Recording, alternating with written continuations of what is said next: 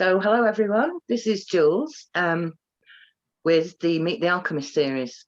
Today, it's my absolute pleasure to introduce Patricia Hensey, and her given name, her spiritual name, her soul name is Shakura. That's Shakura. So, warm welcome. I'm going to refer to you as Shakura through the interview. Is that okay? That's fine. So please give a little bit of an introduction to our listeners and viewers about yourself and what alchemy means to you personally, if you would. Okay, hello. Thank you, Jools. I really am feeling a pleasure, and also it's like humbling to be here and an honour, because I know I trust timing for things, you know? So I'm absolutely delighted to be called Shakura, because I've had this name for 5 years. It means gratitude for life. And I've really started to get into it the last couple of years. But I'm equally okay with Pat or Patricia. So alchemy, what does that mean to me? Well, the whole of my life, actually, although I didn't realise it at the very beginning that was alchemy. I think I realised alchemy in my 20s. But I think alchemy to me has so many levels and layers of it. And it is magical. I mean, it is a part of magic, isn't it? You know, this is, I do see it like that. But it's almost like the terror, and I say terror, the terror and the shocks and the traumas of life catapult us gently, shockingly, sometimes, to achieve alchemy. And I can explain that, if you like, because I come from a very traumatic childhood background where I really, when I look back, it's like, how did I survive? Really. But again, looking back on that place, I realized that is where the alchemy was taking place. I mean, I was sexually abused by my uncle. So this is incest we're talking about, for 6 years, from the age of 4 to 10. Okay. And that is horrific. Now, I have done a lot of inner work to be able to say it like that. Yes. You know, and I know you recognise that. I do. It's not an easy thing to share. So no. But you see, equally, as I know, I think that the conversations that are awkward, difficult, are the ones that produce the most alchemy medicine, if you like, because this is medicine. Pardon? In terms of healing. In terms of healing, most definitely. Because if you'd have said to me, you know, what's my life going to be like, and it's like it is, I would have thought, whoa, you know, have I really got all that to look forward to? But you see, when I was being abused, the mind and the body has a great way to actually keep you alchemized. And I was not, you know, in body. Right. I was out of body, if that makes any sense. I think people who've survived trauma understand this, that you learn to go out of body. So would you be willing to explain a little bit more around what that meant for you, being out of body? Well, what that meant for me, being out of body, was I had no memory of any of this until I was in my 40s. Right. So it was, I must have been out of body. Yeah. But you see, the trauma had gone in, but the timing wasn't right for it to be recognized. Yeah. And in a way, that is alchemy, because it's only going to be recognized and transformed when the divine timing is there for you to explore, create, and actually heal. Yeah. And for me, I really feel that is work that carries on.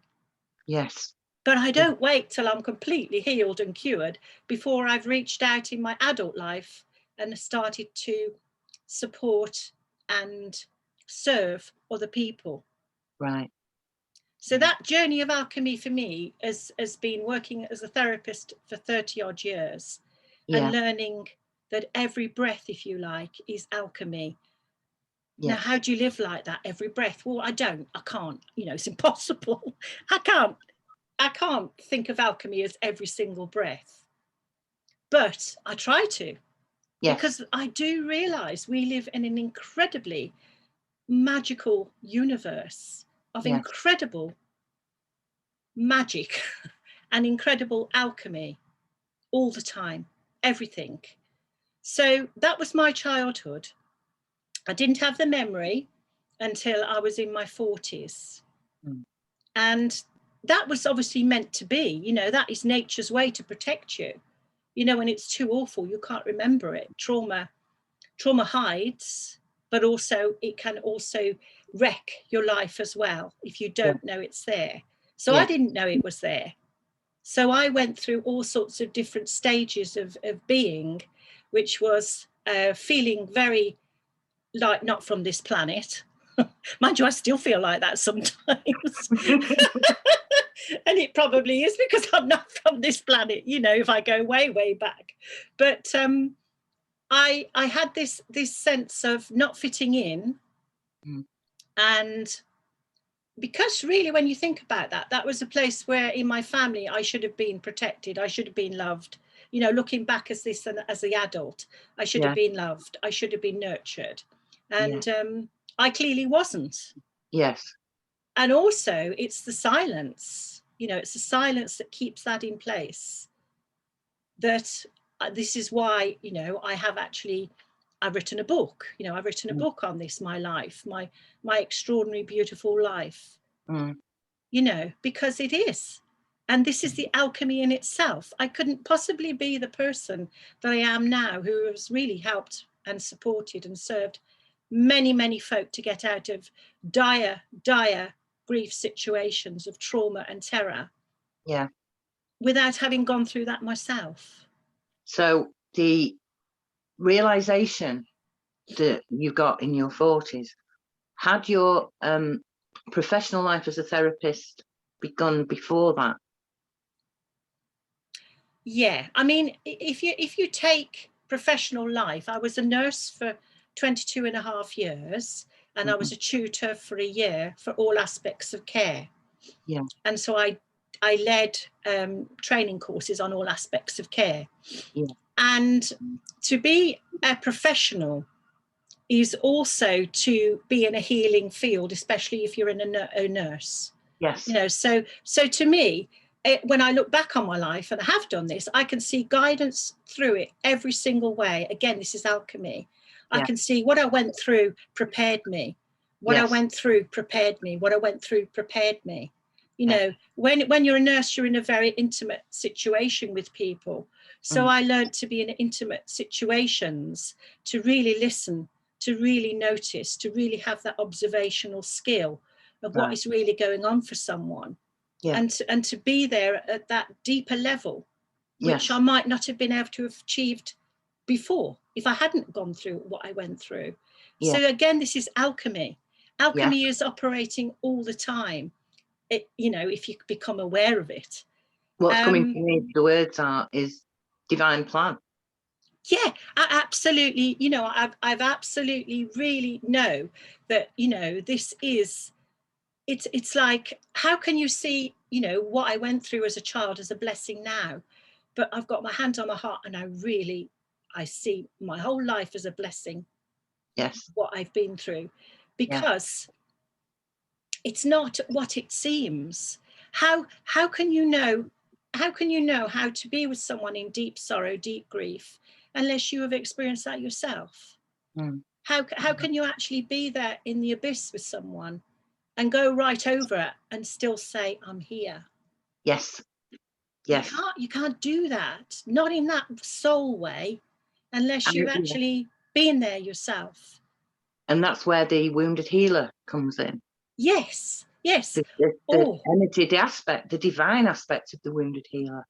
For sure. I mean, I lived the wounded healer. I actually lived the wounded healer. But you see, every life experience, and I really, really know this, it's not even a thought, is never ever wasted. And it's like, by one, the other experience. So I've known terror. I've known absolute fear. I've thought I was going to die. And I have known what that actually feels like. And to Yes. survive it, it's a strength. Yes. But it's also an alchemy. Yes. Yes. Because you realize there is so much more to life than you ever thought. And you know you are not your body. You know you are not your mind. You know you are not your thoughts. You know that there's a much bigger magical picture at play all the time for you. Yeah. And I feel blessed to have found that out this time in this incarnation on this beautiful planet. Yeah. Yeah. And when I hear myself saying that, it's like, yes, but, and my yes buts come in. I mean, I can't speak like this without doing a lot of inner work. I mean, I was at a workshop, which is reevaluation counselling workshop of let's see, about 100 women and about 50 men from different parts of England, shall we say. It wasn't an international.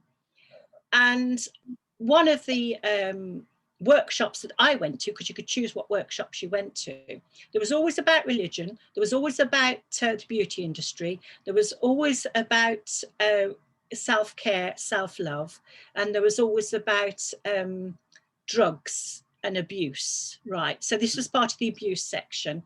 And I had, I'm just trying to think of it now because it was a while ago, there was, let's see, I'm trying to get the picture now. Yeah, there was 5 women behind me and there was 3 men in front of me, and I had to push, as an exercise, I had to push my way through these men screaming and shouting no. Now when you get to the other side of those men, and I did, that's alchemy. Because you have released, you have transformed, you have got rid of the rage, the anger, the how dare you, the actual abuse, because you are expressing it physically, you are expressing it physically again, you know, voice expression, but you're physically pushing too, you know, and if you're pushing, and you know, they deliberately made themselves strong, so I really had to push, but I've got my women behind me and they got their hands on me and they got their hands, all the hands on me, you know. And I could feel that love, I could feel that support, I could feel that strength. So that's alchemy. But to me, that's a form of alchemy. When you do that, that's alchemy. So when I've got, you know, I was when I worked for 30 years as a healer therapist, Reiki master from Reiki teacher, I like to say, from 2007, and Reiki came into my life 2001. Again, that was alchemy, because I felt those energies on those initiations, and I saw guides, and it's like when something comes into your life like that, it's a turning point. And I look back and I think all that was going on, I was going through a divorce at that time, and Reiki came into my life. Reiki found me. I think whatever alchemizes you finds you. It finds you to alchemize you. That makes any sense. It does to me. I think definitely I agree that when we're actually open to the possibilities, when we're open to the possibilities, and we're starting to see that the experiences that we've gone through that may be, well, are traumatic, how when we open to healing, we open our heart using the courage of our heart, I think the universe matches that energy and say, we've got one here. They want to heal. They want to be, you know, they're attaching to their courage. Yeah, okay, bring it in. And you know, as a Reiki practitioner myself, I would just absolutely agree. Totally get it about the power of Reiki. Oh, absolutely.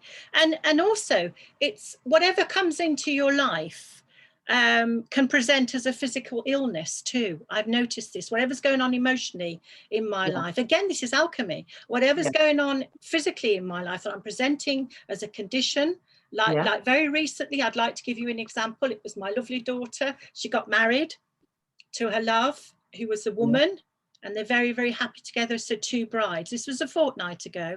I had to attend the wedding with a walking stick.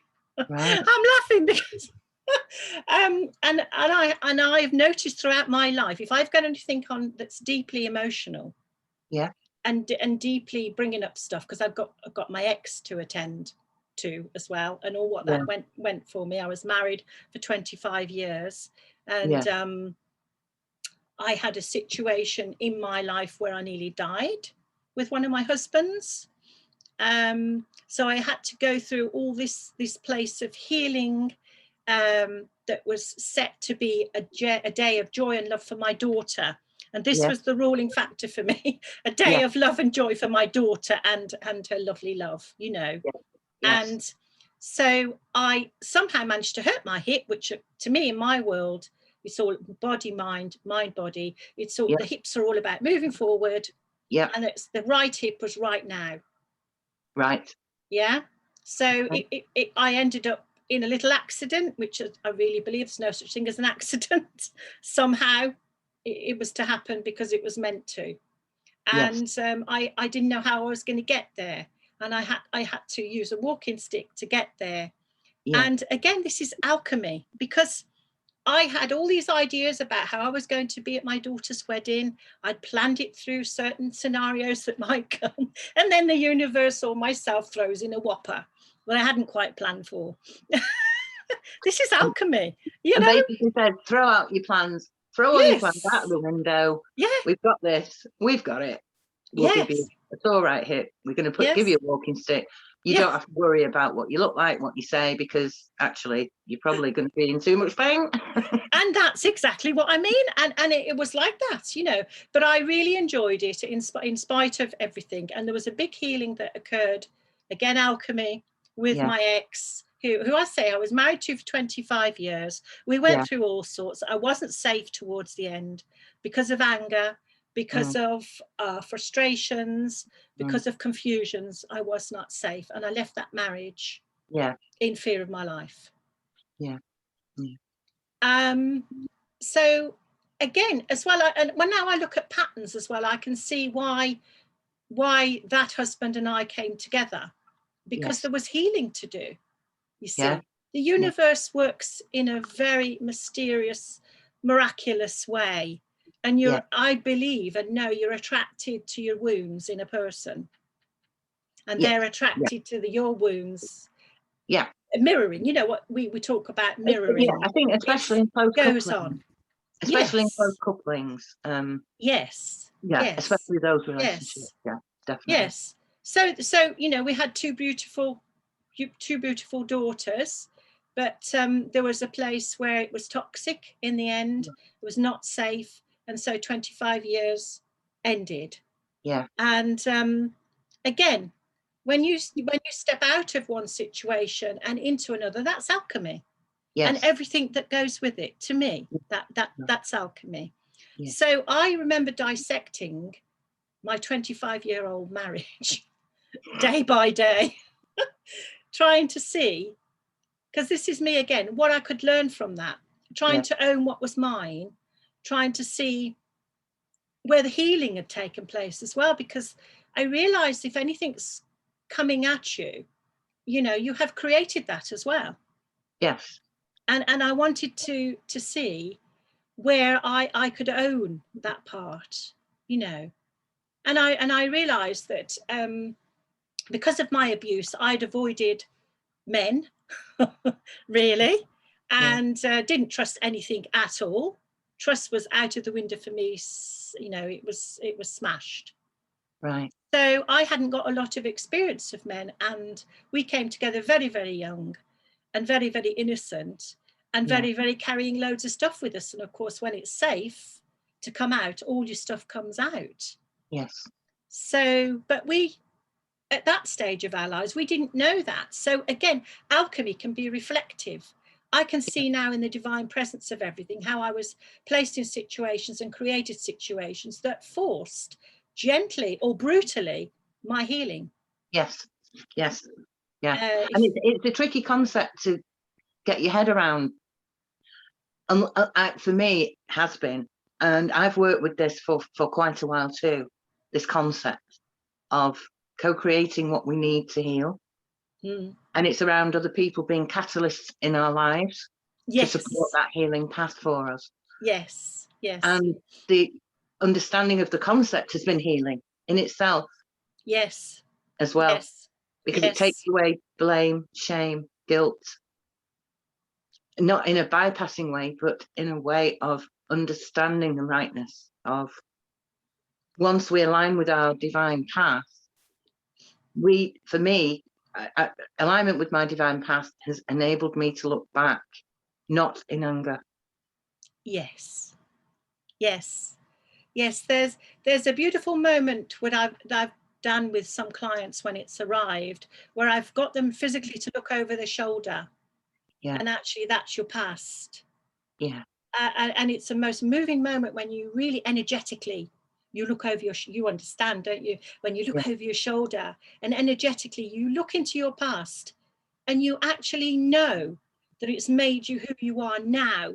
And there's a place where you can feel really, really grateful. Yeah. Even though it might seem impossible, absolutely impossible at the time. Yeah. You can take that energy and realize that it's where you've come from, it's who you are now, and it's what you're creating in your now for your next steps and stages. Absolutely. You know, it's a beautiful, beautiful divine moment. I've been very fortunate to experience these divine moments, and throughout my life I have rescued people in terms of I've been first on the scene in a road traffic accident once. People are lying in the road and I'm walking up the hill and I've rescued them. I've saved a life of a child. I seem to have had these instances that come into my life where I am actually saving a life. Yes. And it happened at the wedding. This is alchemy, mind you. When you save a life, that's alchemy. See, I see everything in my life as alchemy. You know, it really, it's presented or I've created it, but there's always an alchemy there. There's always a place where that turns from that situation to pure gold, to pure treasure, to pure, almost flowing gold. It's something that's very, very beautiful. Now, I saved a life at my daughter's wedding a fortnight ago, I believe, in a way. My sister's partner, who unfortunately is going down or is changing into a person of a different person with a very rare dementia type condition. Okay. And I don't know why no one else looked, but I did. I was told to look, and I looked, and he was right by the canal, very close to the edge of the canal.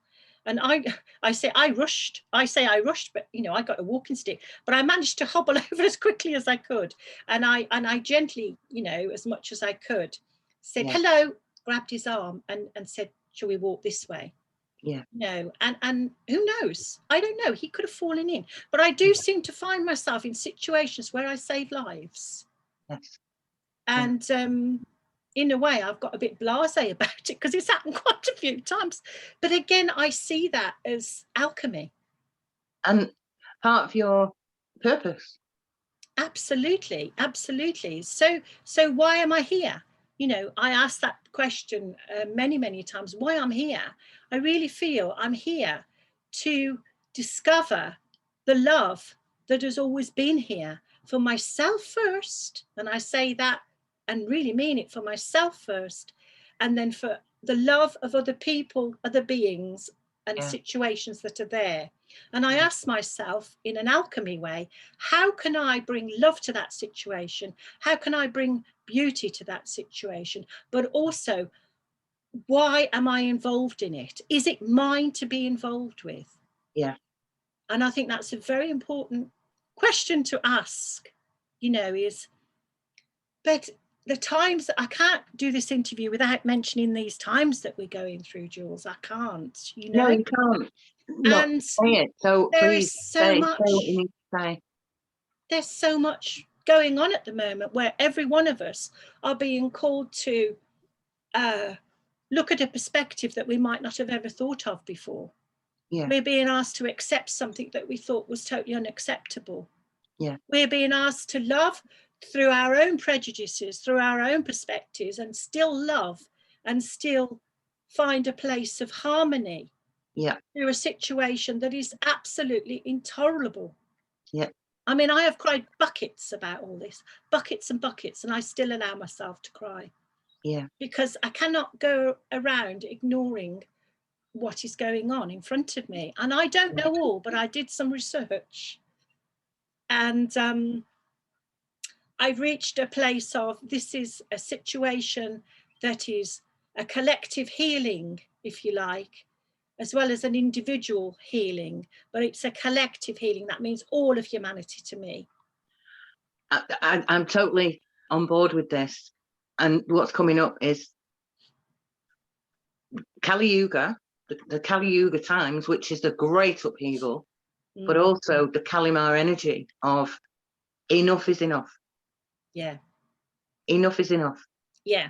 We know what we're talking about, yeah. and we might have to be a little bit circumspect.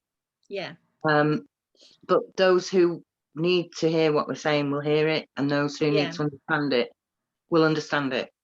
Yes. Yes. And it's that being able to uphold, no, enough is enough. Yeah. Whilst also bearing witness to the fact that it can be quite difficult to put one's head above the parapet. Yeah. Too. Yeah. And it's finding that balance between, for me, it's finding the balance between action and service in my soul, service from my soul, which might be different from how a lot of things are looking on the surface. Yeah. Yeah.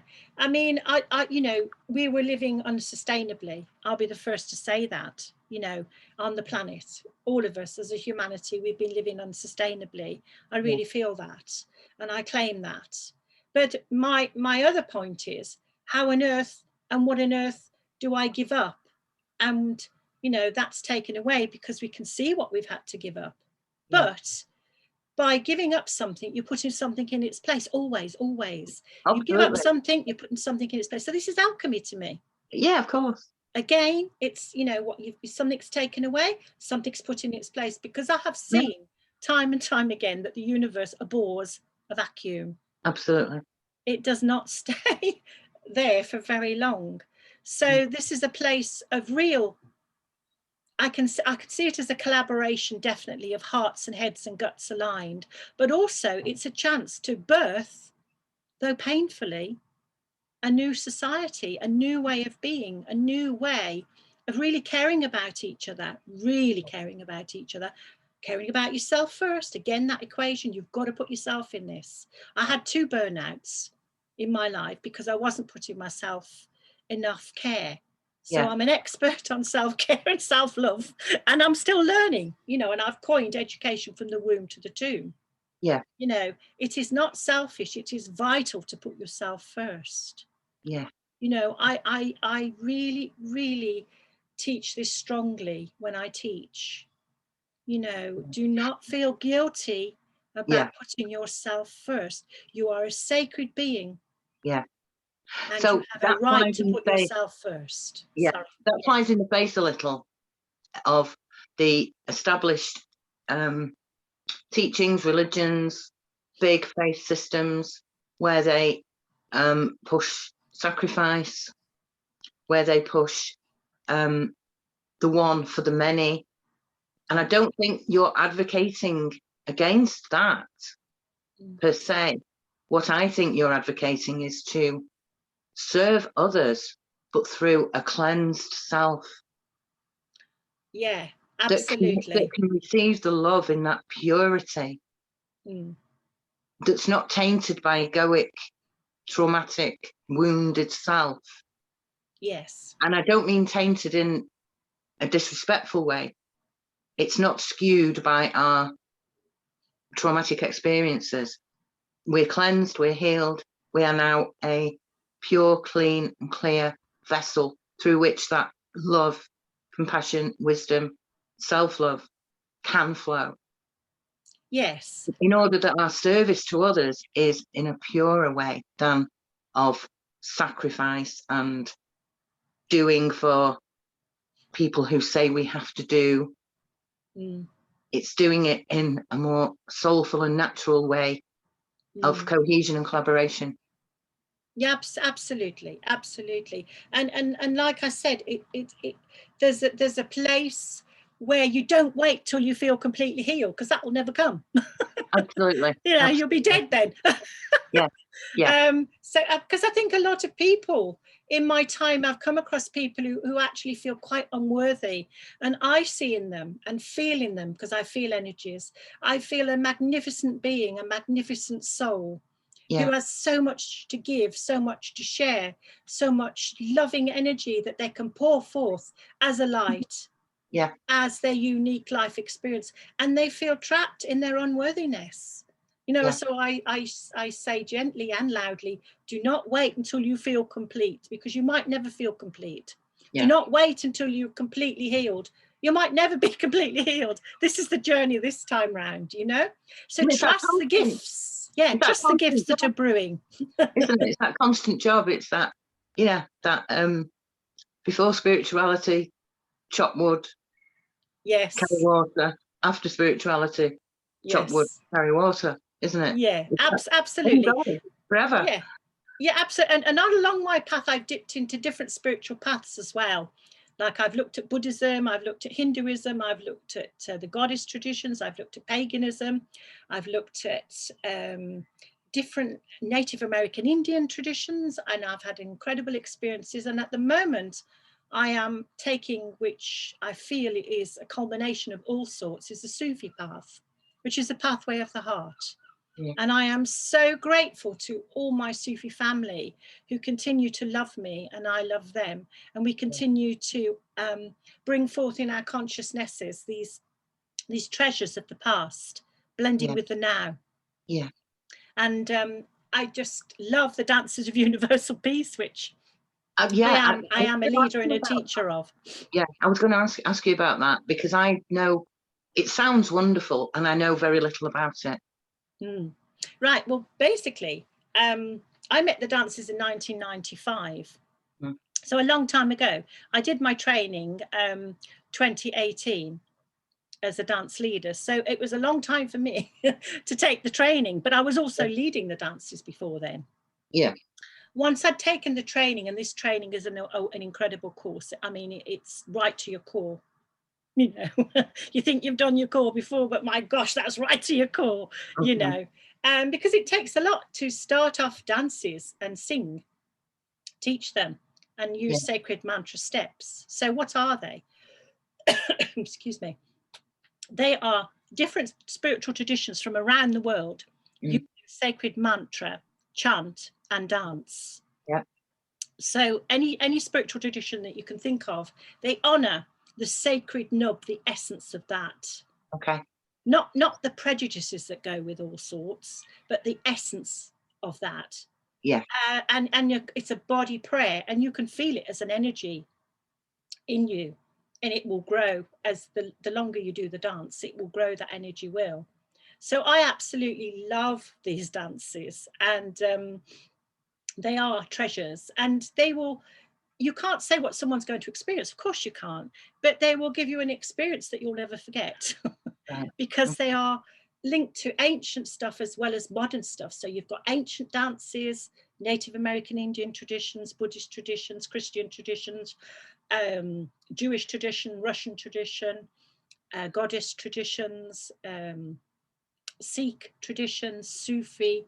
I love the Sufi ones. They're so beautiful, and it's about, you know, physically moving your heart.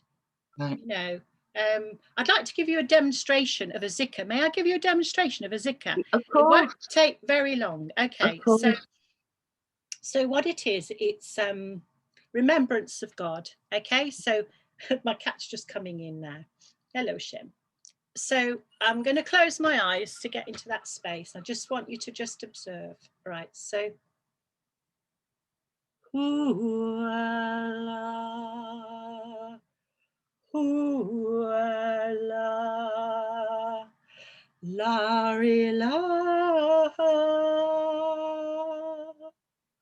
illallah, Allah, Allah,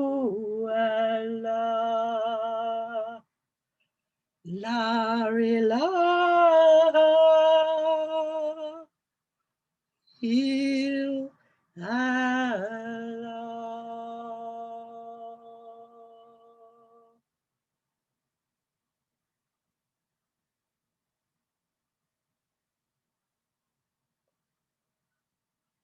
So that is who Allah. Okay, so Allah, unity, essence, the all.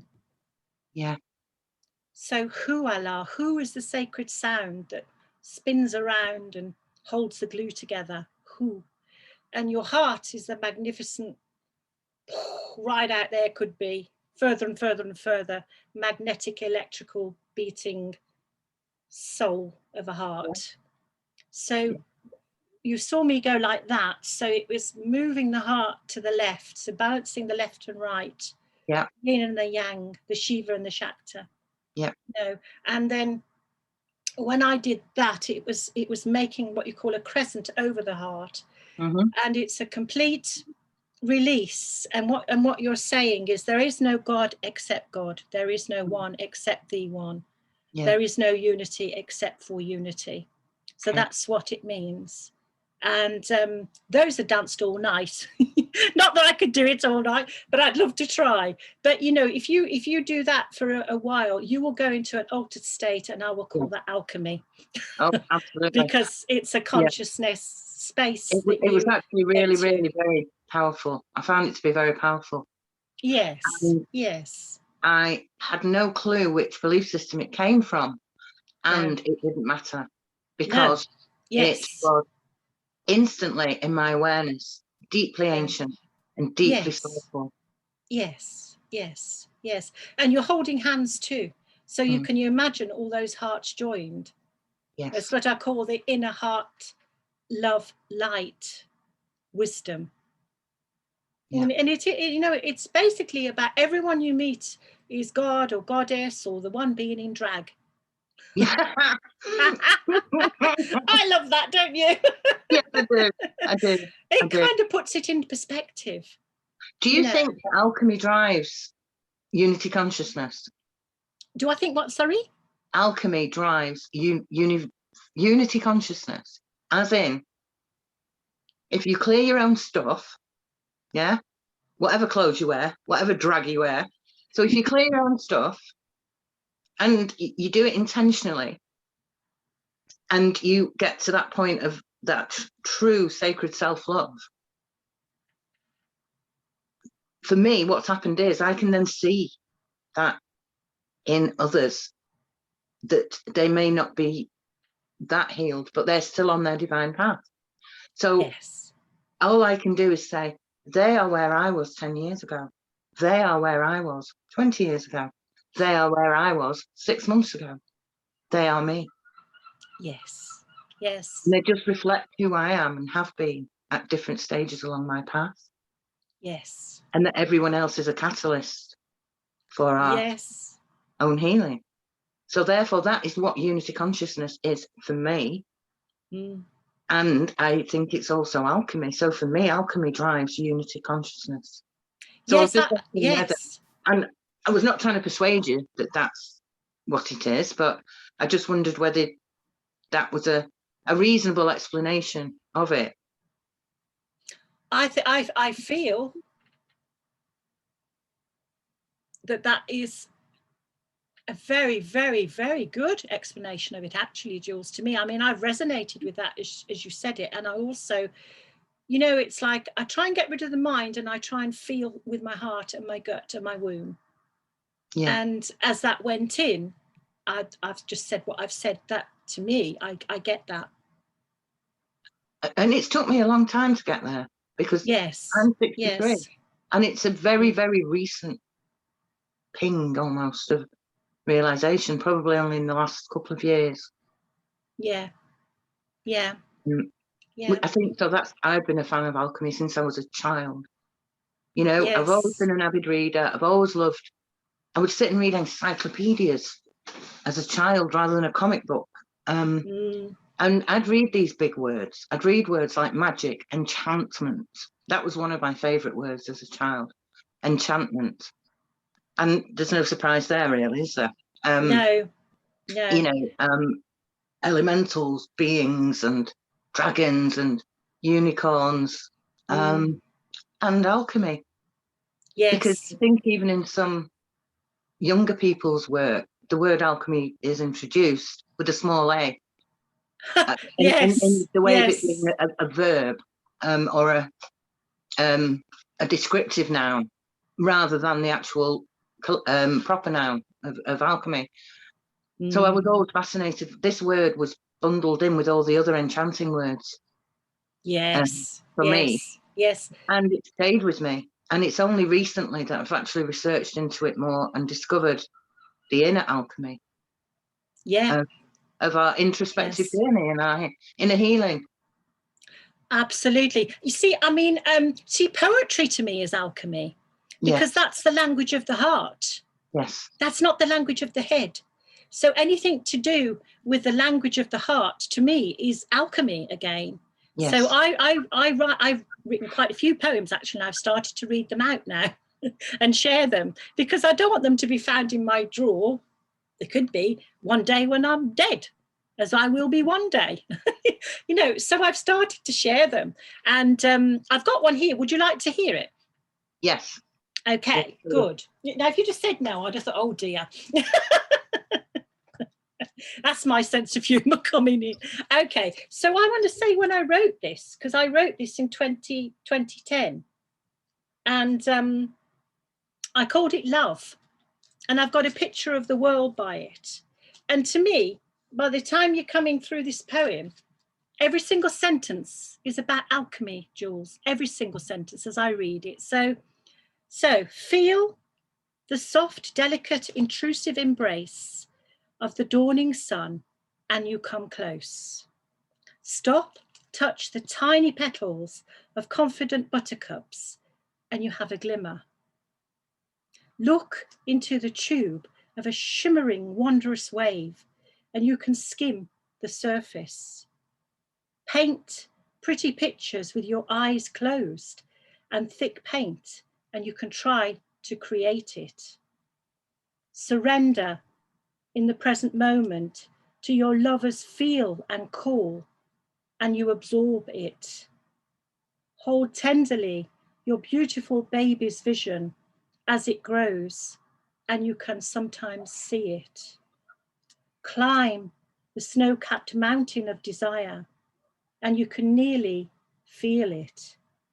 Scatter the sun-soaked stars, and in between lays pools of it.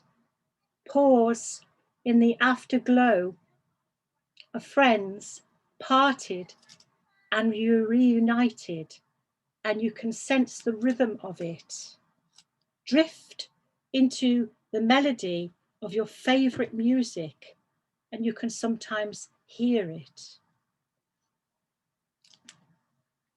Lie still as the flow of Reiki healing glides over you, and you can remember it.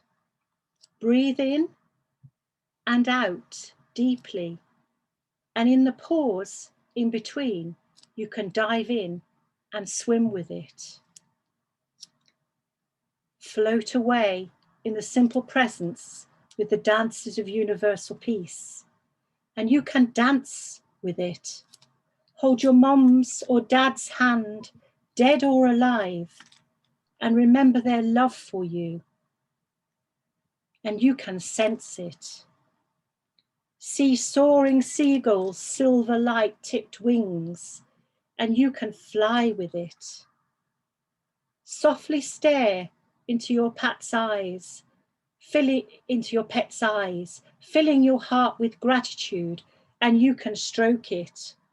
Tiptoe barefoot, joining the ripples of the advancing sea, and you can flow with it.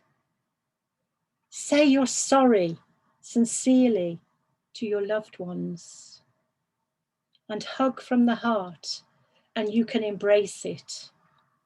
Turn from resentment to joy, and you can transform with it. Absolutely surrender to the great grace of all, and there it is, glinting like a global jewel. That's gorgeous. To me, that's alchemy. Absolutely. It's lovely. It's lovely. I love it. And it was an invocation, that. Mm. An invocation. Yeah. That would be so amazing, feeling that read out in circle. Yeah. It has been. Oh, in other places. sure we can arrange that again. Because I've got more bolder to share it now, as I said, and it's also, it's like my poetry is everybody's poetry, you know, because I've seen this in a group, and I know you understand it too. The resonance of who we are and what we are is so beautiful and so magnificent. How can we not share it? I think we're bonding it, and I think we're circling it out, we're rippling it out. Yes. Slowly but surely. I think yes, it's becoming now, not just a thought, not an idea, not a dream. It's starting to become reality, I think. yes, absolutely. And I think also it's timing. Sorry. I'm another one. Yeah, timing too. Yes. But I'm another one that's been a bit backwards in stepping up as well. And no more. No. That's no fantastic. No more. Yeah. And the thing that made me realise to not do it was one of my tune-ins of a morning in my practice was, it's just being mean. Mm-hmm. It's just being mean to not do it. And it was, never seen it in that way before. Yes, yeah. It's turning it around, isn't it, Jools, and saying, who am I not to do it? Who am I not to share wisdom that I've garnered over 63 years of my life? Who am I not to share healing abilities with other people? Who am I not to share tips and tricks and, you know, other stuff? Yes. If I go to my grave never having shared anything that I've learned over my incarnation, what would have been the point? Absolutely. And you see, I've done a lot of work in my time, and it's in my book, on class and how class affects us. Because I was born working class poor, raised working class poor. My mom came from the slums. And there's a place there where that is such,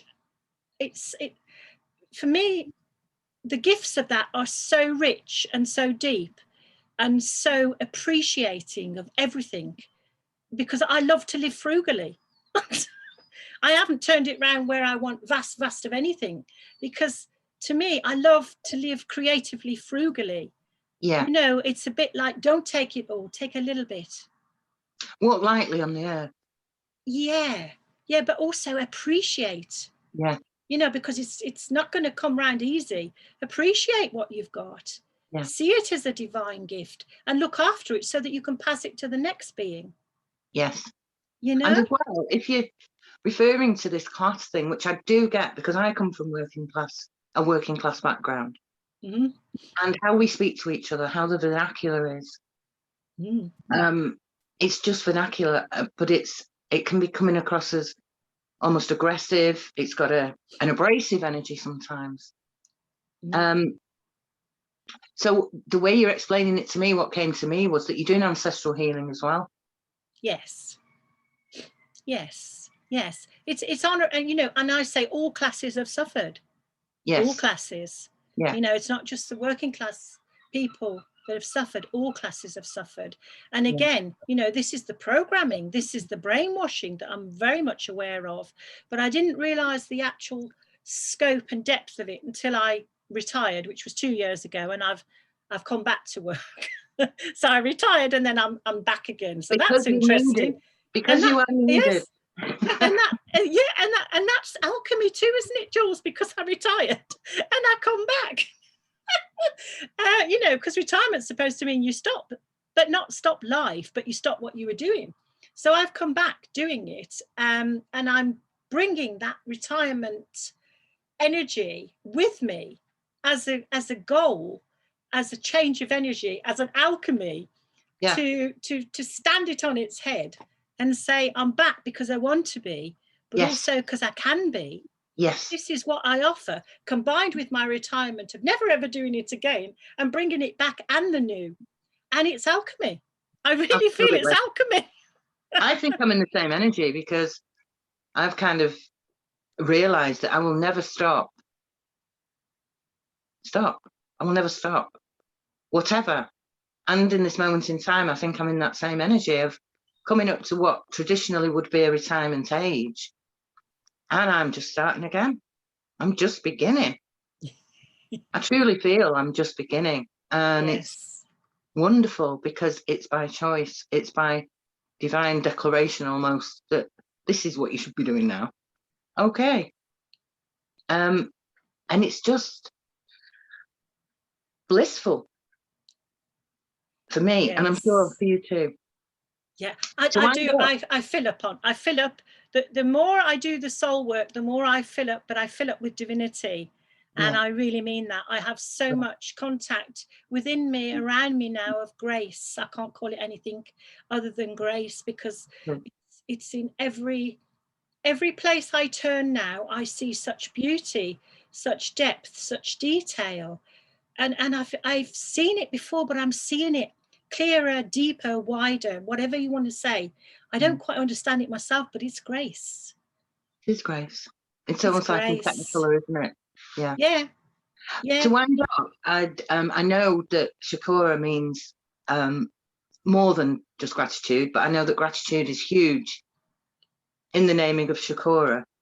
And Yes. personally, I find gratitude to be one of the most healing modalities I've ever come across. Yes. So I'd love to hear the story, briefly if possible, of how Shakura came to be your given name, if it's okay to share that. Yeah, no, it's absolutely fine. Have a lovely Sufi guy called Basira, who I really, remember I said trust has been a difficult one for me. So I really trust and love her unconditionally. Yeah. And I had a guide before, and my name was Hakika, and she retired. Yeah. And Hakika means, first of all, you think something, then you feel it, then you start to experience it, then you live it, and you act as a storyline for other people. Okay. So it's the ultimate reality you project. That's what Hakika means. So I still got that on my emails, because I struggle sometimes with technology, and it's just easier to keep it. Yeah. So I had to, I was asked by my guide if she could be my guide. So she said, do you want to be my murid? And I said, I would love to be your murid. That's what we call the relationship. And I've known Basira, her other name, Cinda, since 1997, a long time, and a lovely husband, Philip, too. I've known him a long time. He's an amazing musician and beautiful dancer of leader of Dancers of Universal Peace, Zika, and all sorts of body prayers. A really lovely being. And she had to think about what it was that I was an essence of at this stage in my life. Right. And she said to me that there is so much gratitude coming from you about life now. And I know she knows my past. She knows the traumatic childhood I came from. And so she said, I've meditated and meditated, and it just keeps coming to me to call you Shakura, because it means gratitude for life, but also it's honoring a place of where you've come from, to see that everything is a gift in life. Right. So I just love it, and I'm using it more and more, because I really feel I've embodied it, and it's not like a pseudo thing. I don't see it like that. I really see it as part of me. When I say pseudo, I don't mean, it's not artificial to me. I've embodied this name. I feel so grateful for everything I've been through, gone through, the grace I go through more, and the name, I just absolutely love it. So she gave it to me in a ceremony where it was handed down, and I'm using it more the last 2 years. and I've embodied it now. And people who are not, you know, people who don't know me as Shakura, know me as Pat or Patricia, that's fine. You know, I'm absolutely okay. I've embodied Pat, Patricia. I've also got Rogers as my married name, and I've also got Hensey as the therapist name, if you like. And that was my mum's name. Yeah. My mum's name was Hensey, so I took my mum's name as a healing place, if you like, because there's a story there. But I won't go into that today. Yeah. And I healed from that, the mother and daughter wound, which was very, very deep. Yes. And so my guide gave it to me, and she meditated, and it came through to her. And I love my name, Shakura. Lovely, lovely. I'm feeling more into it because I've known you for a while, and obviously knowing you as Patricia, it takes a bit of changing, but it's becoming more energetically, what's the word? Familiar. Yes, yes, Yeah. yes. Well, on that note, I'm going to end and thank you so much for coming here to tell us your story and to add to the pot of wisdom that is alchemy, that I want to grow and grow and grow, and it be just one form of healing, just for people to hear other people's stories and to have somewhere to listen to experiences that are very, very wise, very, very compassionate, that offer understanding and come from open-hearted love. Yes, thank you so much, Jules. It's been a real pleasure, actually, and I've heard your wisdom. I've heard your wisdom too in this place of interview, and thank you very much for it. I appreciate it. Love you loads. Love you loads too. And thank you so much. Thank you. Bye-bye. Bye.